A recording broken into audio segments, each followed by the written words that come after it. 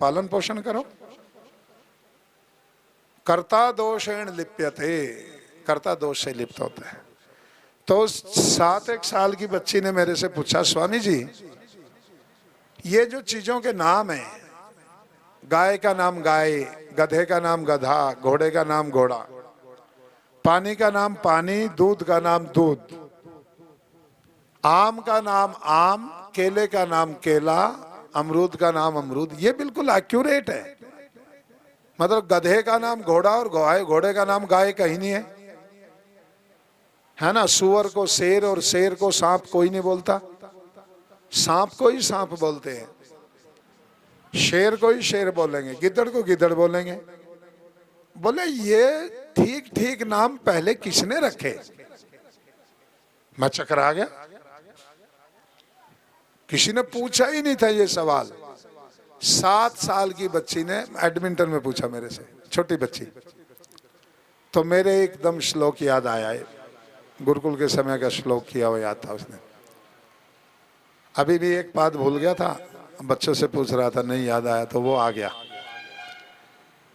सर्वेषां तु नामानि कर्माणि च पृथक पृथक, सारे पदार्थों के नाम और सबके कर्म, सारे पदार्थों के नाम और सबके गुण कर्म स्वभाव, वेद शब्देभ्यः वादो पृथक संस्थाश्च निर्ममे, ऋषियों ने वेद से उठा करके उसके गुण कर्म स्वभाव के अनुसार जो जो भगवान ने 4 ऋषियों को वेद का ज्ञान दिया था, उन्होंने बता दिया भाई इसका ये है, ये नाम है, ये नाम है, ये शब्द है, सब बता दिया। उनको मिला था कैसे?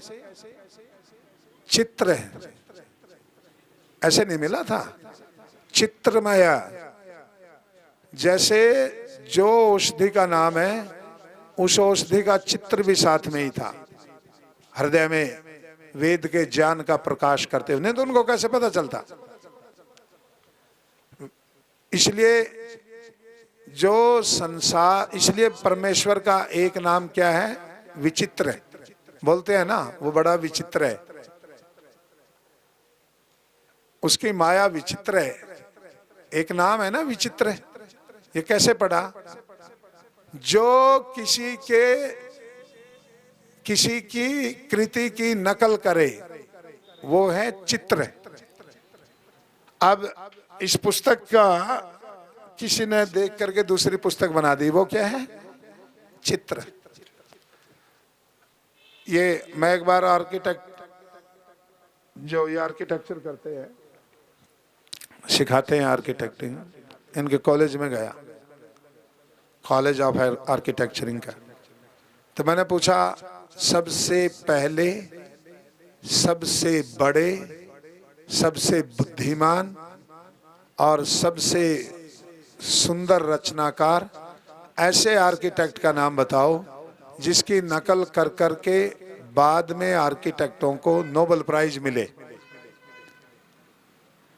तो मैंने कहा ऐसे आर्किटेक्ट का नाम बताओ।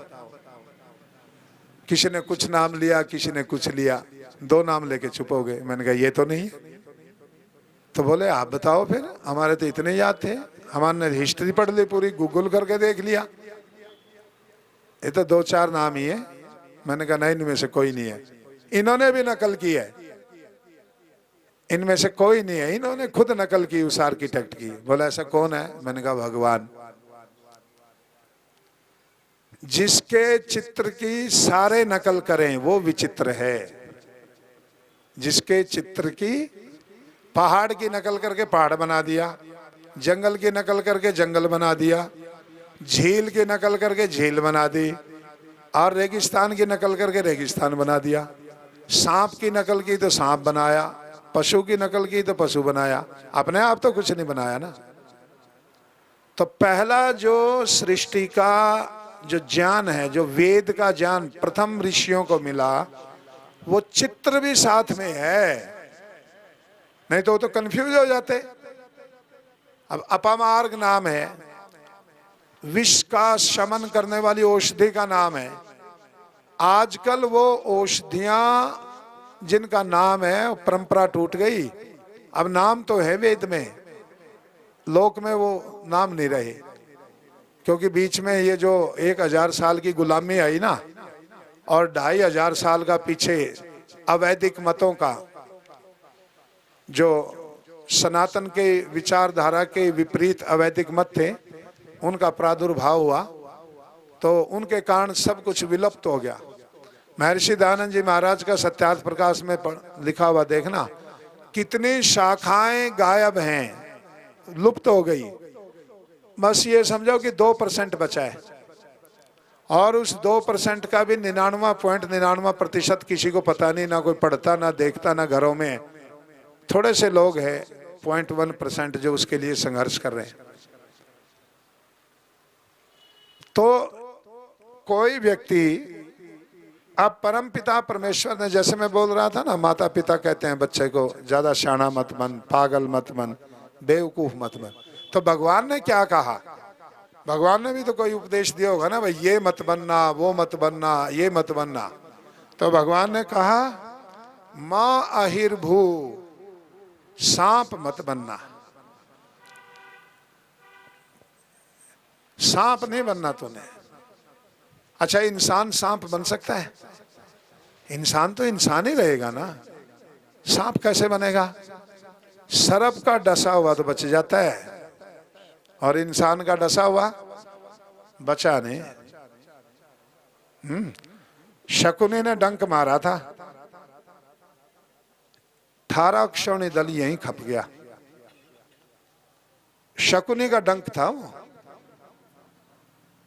उसके मूल में शकुनी था। ऐसे ही कैकेयी ने डंक मारा था, और देखो माता सीता को, राम को, लक्ष्मण को धक्के खाने पड़े, अयोध्या मिट्टी में मिल गई, और दशरथ तड़प तड़प करके मरा। सांप के डंक से नहीं मर सकता था। तो इसलिए वेद में कहा माँ अहिर्भू, डसना मत किसी को।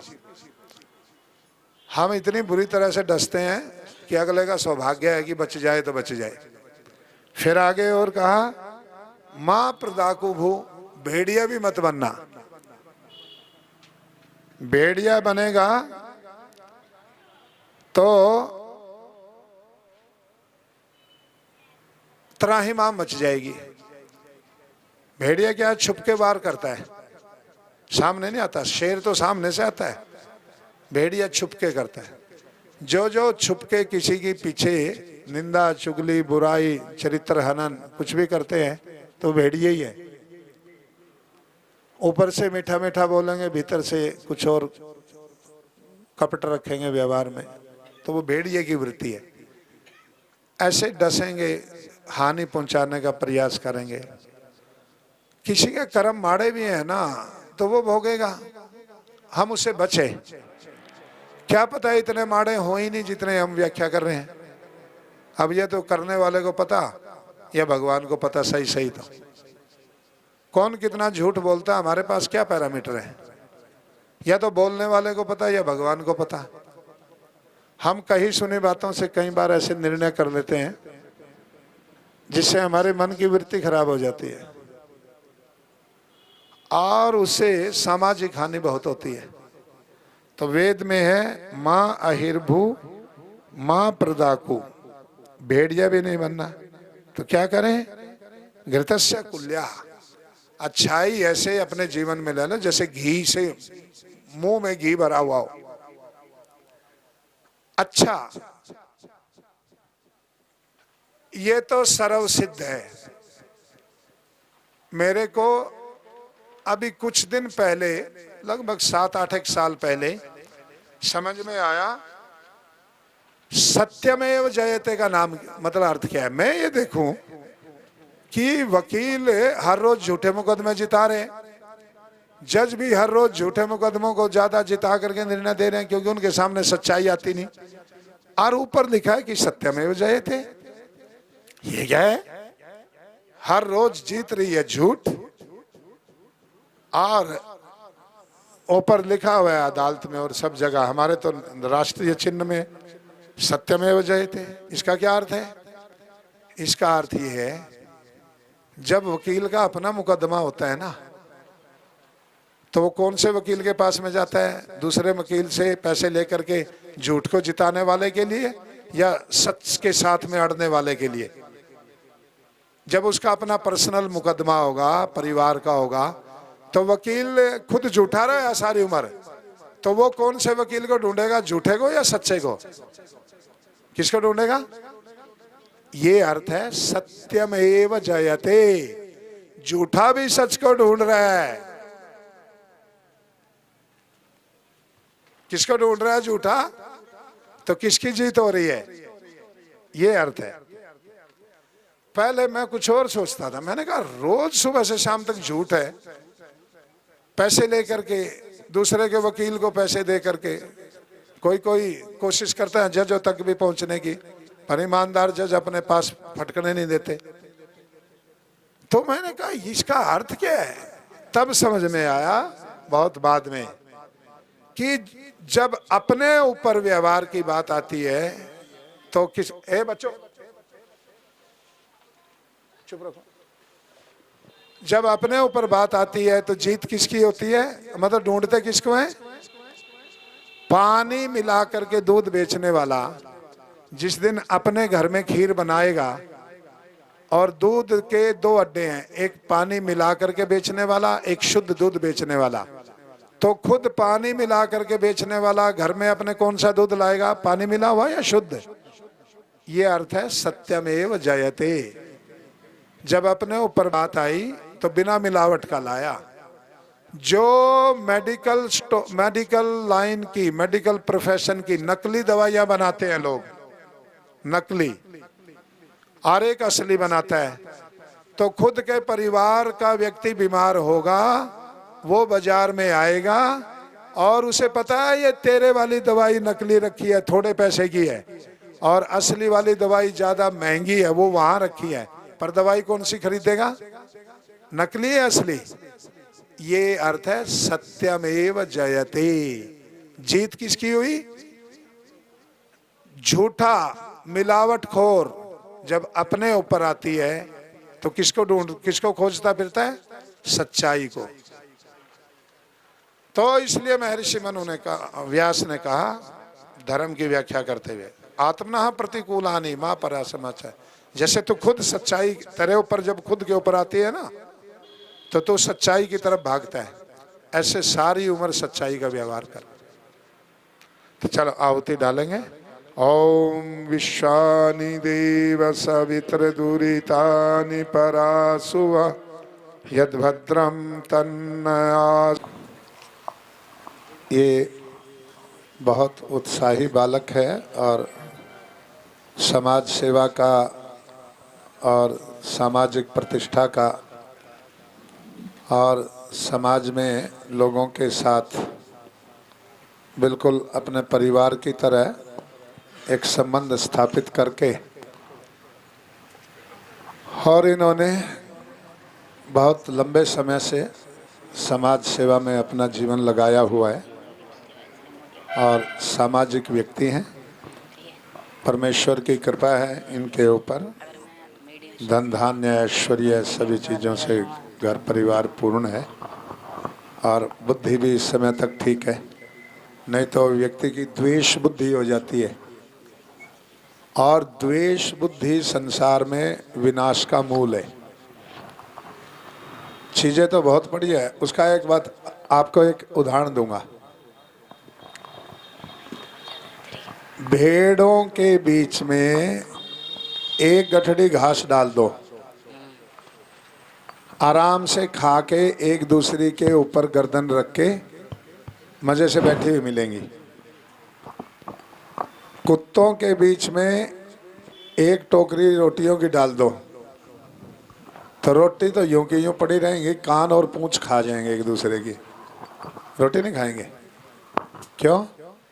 उनके अंदर द्वेष बुद्धि है। द्वेष का एक ही गुण है, अपने को काटना और दूसरे को चाटना। द्वेषी आदमी सदा ये करेगा, अपनों से द्वेष करेगा, दूसरों से प्रेम करेगा, दूसरों की गुलामी करेगा। अंग्रेज जिस समय यहाँ आया, अंग्रेज अपने तलवार के बल पे नहीं जीता, कोई भी मुगल अपनी तलवार के बल पे नहीं जीता, सब द्वेष बुद्धि का।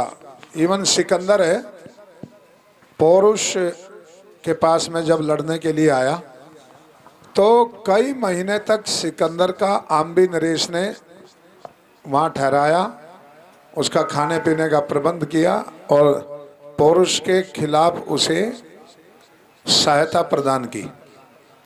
तब जाकर के पौरुष और सिकंदर का युद्ध हो पाया, नहीं तो युद्ध भी नहीं होना था।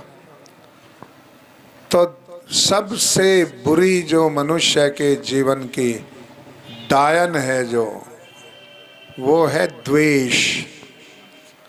और ये एक ऐसी अग्नि है, अग्नि का स्वभाव है। क्या स्वभाव है? थोड़ी सी आवाज कम कर, थोड़ी सी। अग्नि का क्या, थोड़ी सी और तेज कर। अग्नि का क्या स्वभाव है? जहां लगती है सबसे पहले उसी को भस्म करती है। अग्नि यहाँ जल रही है अब, तो जो सामग्री इसमें डलेगी उसी को तो जलाएगी।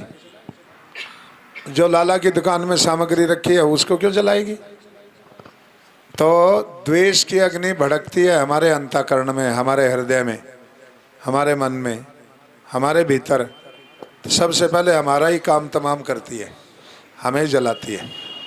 तो थोड़ा सा दो, कितने मंत्र और बचे इसके, इस अध्याय के?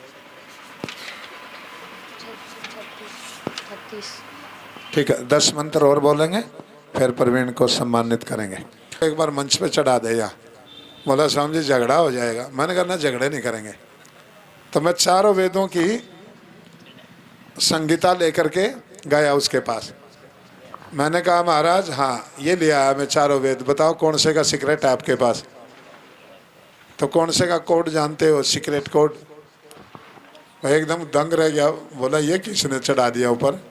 पर कैमरे के सामने कैसे गए? बोले ये देखो इस पुस्तक में ये लिखा। मैंने कहा ये तो बनारस से छपी हुई, ये वेद नहीं है।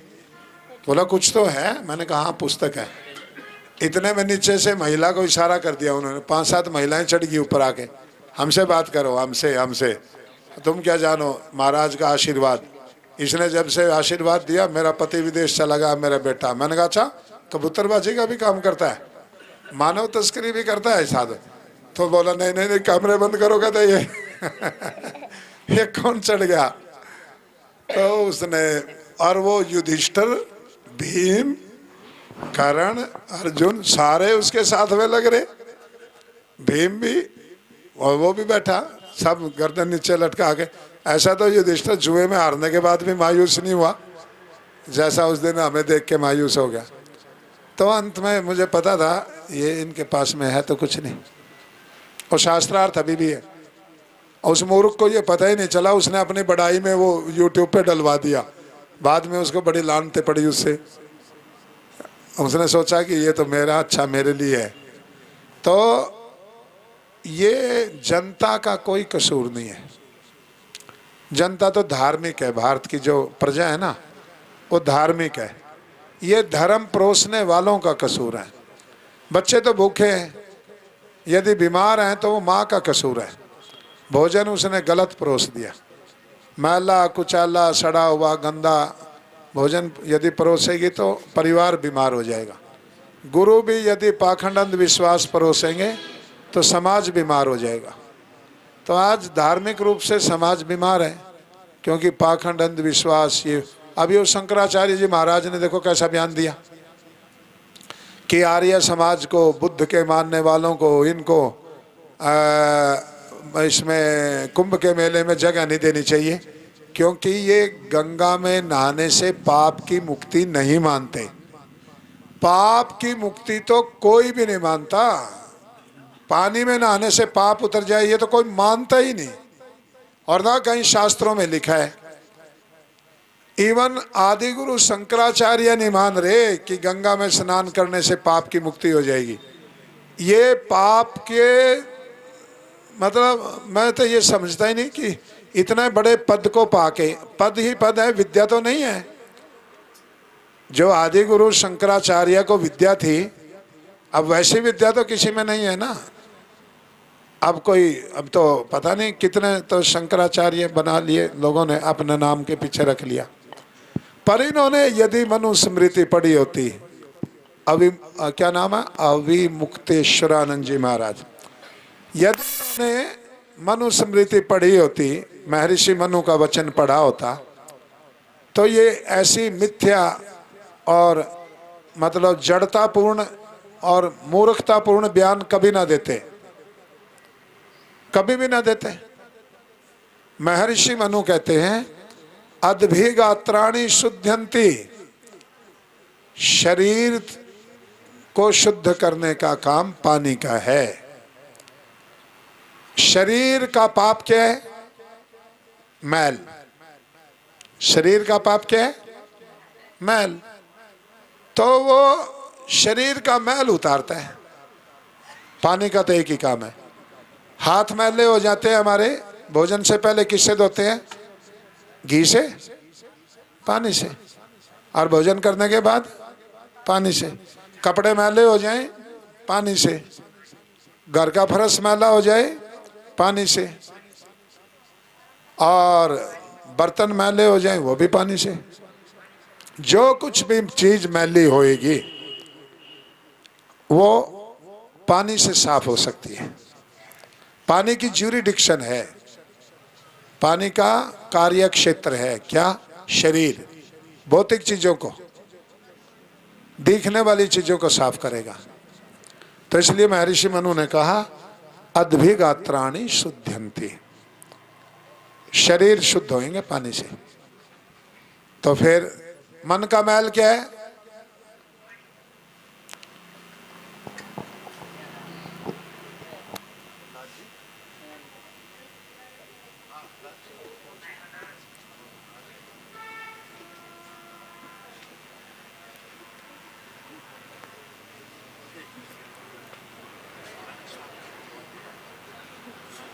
ये छटपटा रहे हैं और यहाँ वाले ताश खेल रहे हैं। कनाडा वाले छटपटा रहे हैं, बोले हम टिकट बनवा रहे हैं, लाखों रुपए खर्च करके हवन में पहुंच रहे हैं 2-2 दिन के लिए। तो मन का मैल क्या है? कोई आदमी बहुत झूठ बोलता हो, उसको कहेंगे मन का बड़ा मैल है। तो मन का मैल क्या है? झूठ। मन का मैल क्या है? अब वो पानी से नहीं धुल सकती।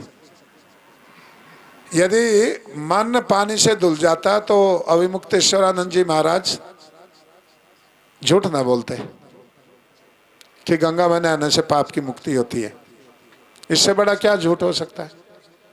और इससे बड़ा भारतीय सनातन संस्कृति पे आघात क्या हो सकता है? तो अब हुआ क्या, ऋषियों को पढ़ना छोड़ दिया इन्होंने, ऋषियों को पढ़ना छोड़ दिया। और अब तो ऐसा दिन हो गया, कई रसोइये, बर्तन धोने वाले, कपड़े धोने वाले सन्यास ले लेते हैं, जिन्होंने अपने बड़ों के बर्तन धोए, कपड़े धोए, जूते साफ किए और बर्तन मांजे, रसोई पकाई। उनके मरने के बाद में उनके नाम, अपने नाम के आगे महामंडलेश्वर, शंकराचार्य, कुछ भी नाम लगा लो। जगत गुरु तो ऐसा हो गया जो मर्जी लगा लो। आदि शंकर ने जो स्थापित किया था ना, 4 पीठ स्थापित की थी, 4 मठ।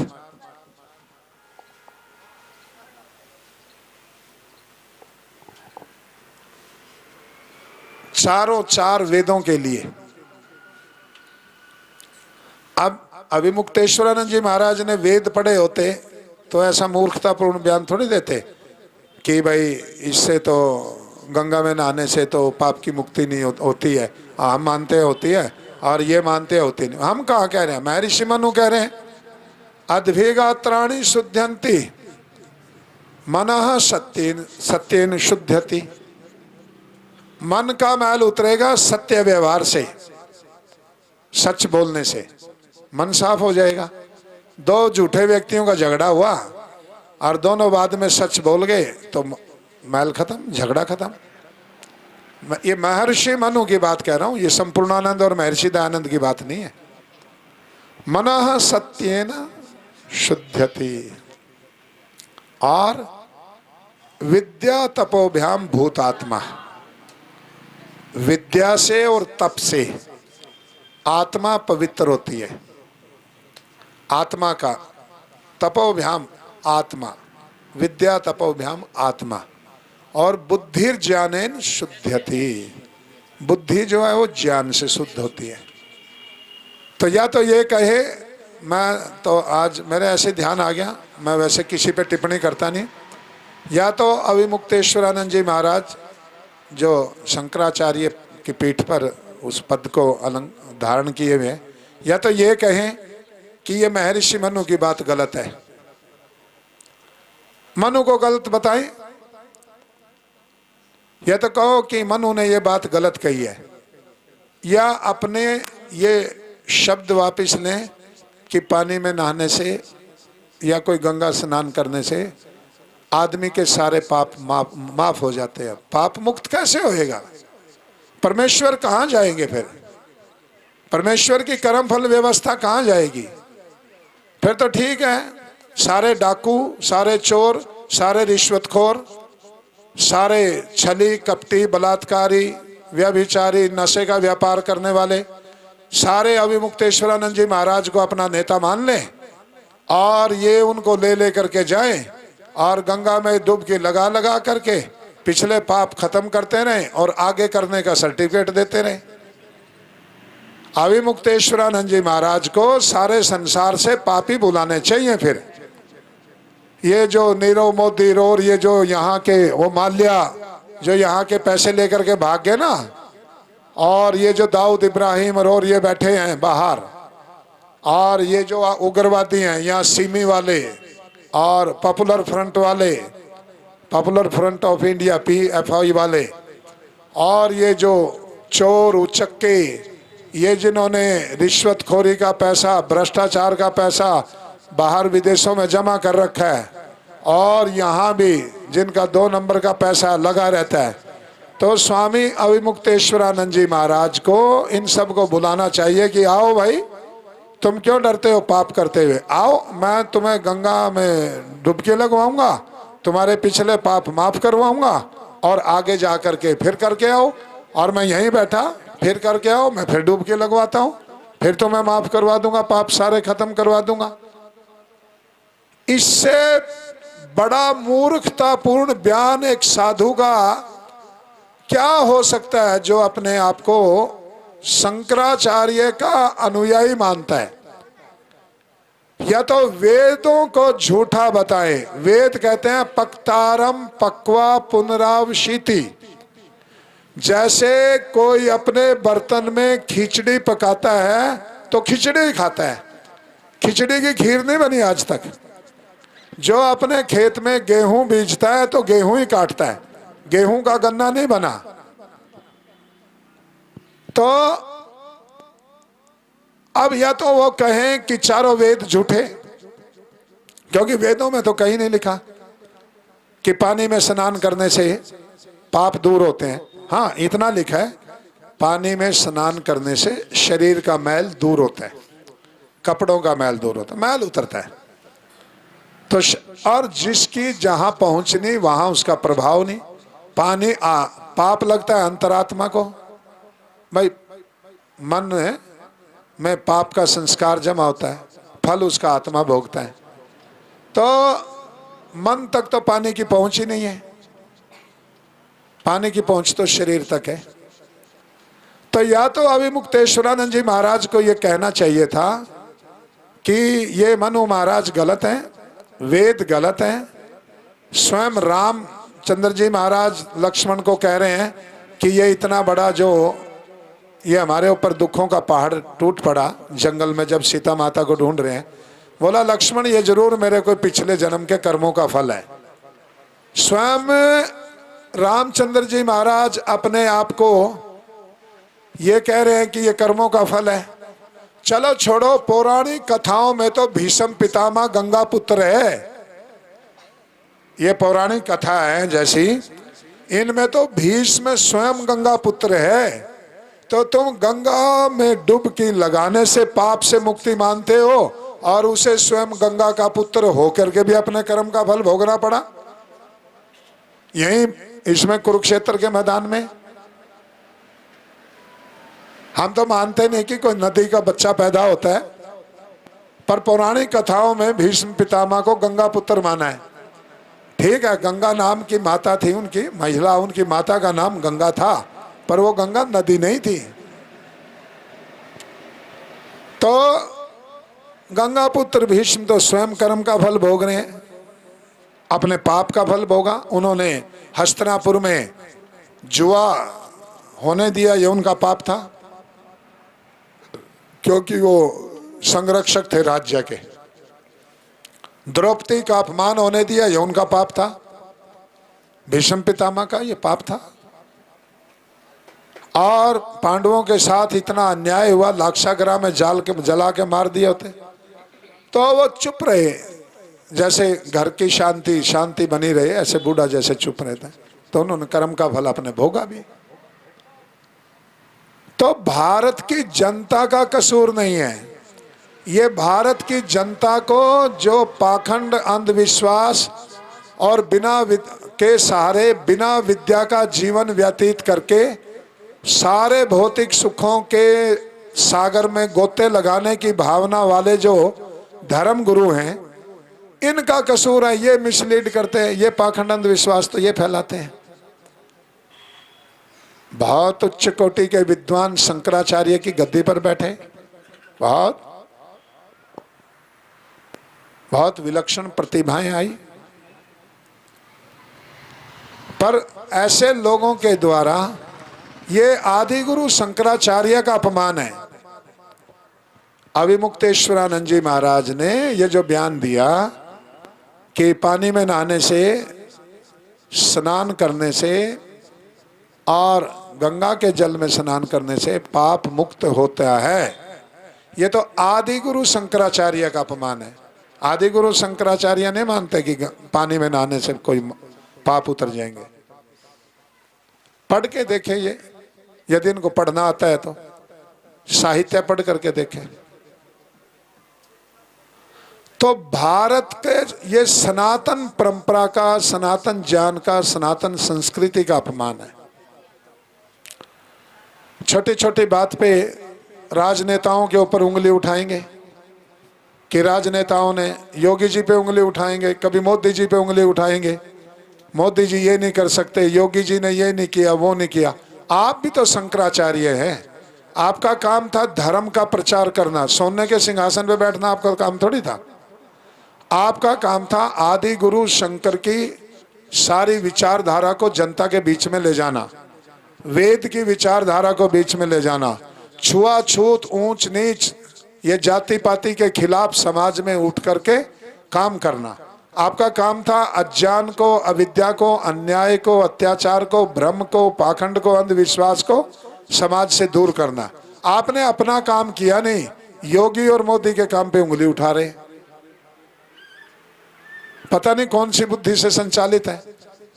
आपने अपना काम किया होता तो योगी और मोदी की तो जरूरत ही नहीं पड़ती। राजा की तो तब जरूरत पड़ती है ना, तब प्रजा अपने अपने व्यवहार से विमुख हो जाए। महर्षि मनु सबसे पहले राजा हैं धरती के, और ऋषियों ने इकट्ठे होकर के उनसे कहा कि अब लोग आप अपने व्यवहार से विमुख हो गए, अपने कर्तव्यों का पालन नहीं कर रहे, और तुम ऐसा करो, तुम हम सबका राजा बनो और हम पे शासन करो, हमारे लिए नियम बनाओ। तब मनु महाराज ने संविधान लिखा था, उसका